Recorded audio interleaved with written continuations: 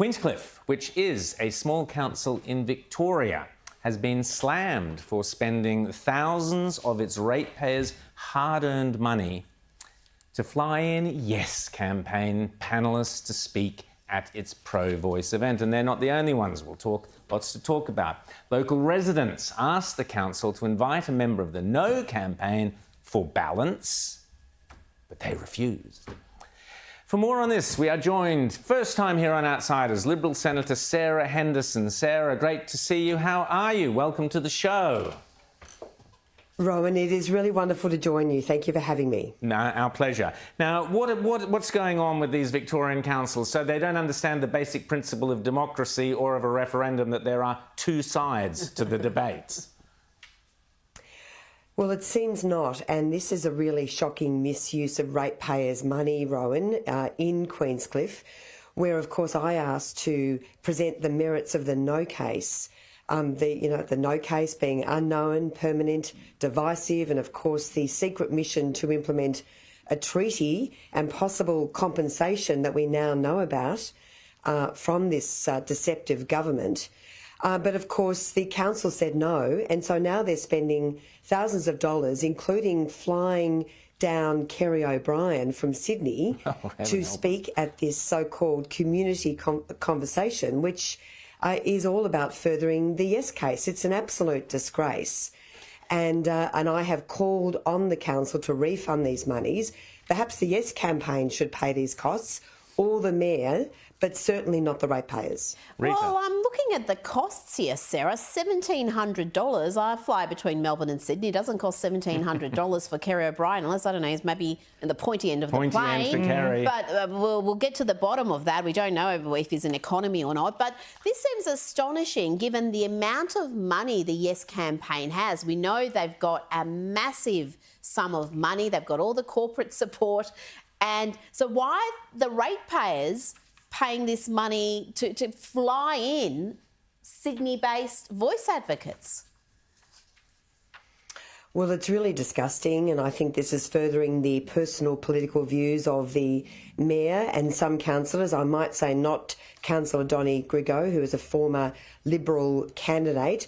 He has objected vehemently to the expenditure of this money, but it really is shocking, and no wonder the ratepayers, and some of the ratepayers are saying this is disgraceful. I believe there will be a protest there this afternoon.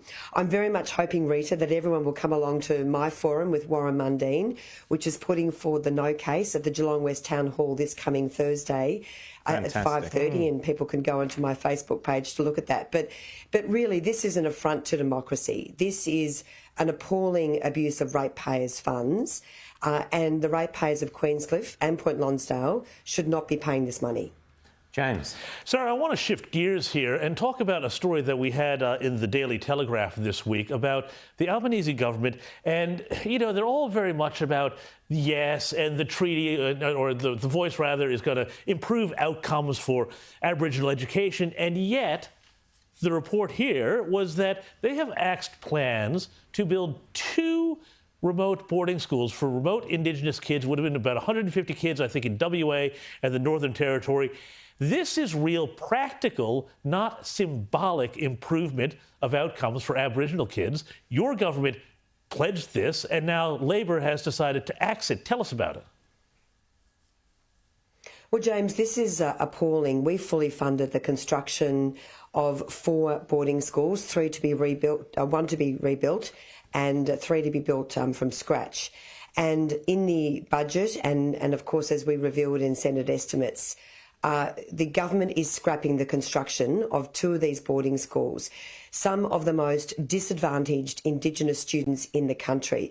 So what an irony. The Prime Minister goes to the Garma Festival, spooks what he's doing for Indigenous children, giving them a better life, better opportunity, better education, and just up the road in East Arnhem Land, the government is axing the construction of a boarding school which would fundamentally transform the lives of young Indigenous students, including a situation where they don't have to travel hours a day to go to school. So this would lift attendance rates and also make sure that they can go to school in a safe and stable environment. It was a hallmark coalition policy, and it's just another example, James, of the hypocrisy of this government.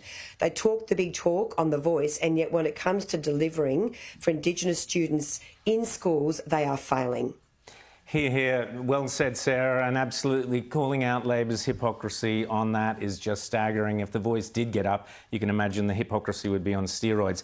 On the same topic, or related to what we were talking about with the councils, it's not only the councils, Sarah, there's a school, I know it's not in your electorate, but it's or I don't think it is, it's in Victoria, the King David School, very good school. Jewish school there. They are having an event which is a community education event, it's described as. David Adler referred to it as a community propaganda event. They're having a Voice to Parliament session for the school kids, but only yes speakers are speaking. Some of the kids apparently did ask if there would be a no speaker, and no, they were politely just dismissed. What do you make of this, Sarah? Well, I think this is terrible because the classroom is for education, not indoctrination. So if a school is going to teach children about the referendum, they need to understand both sides of the case.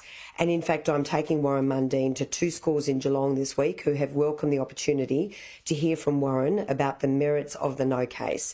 But I know that there are other schools which are actively campaigning for the yes case. And frankly, as the Shadow Education Minister, Rowan, they are failing students. Students should be given all relevant information, allow them to make up their own minds, allow them to understand all of the arguments. So I think schools are really failing students if they're not giving them all the information. Sarah Henderson, great to chat to you, and perhaps your office might want to give the King David School a buzz and say, why don't you invite Warren Mundine and yourself along to talk to those kids, because they do deserve, they're bright kids, they do deserve to hear both sides of the story.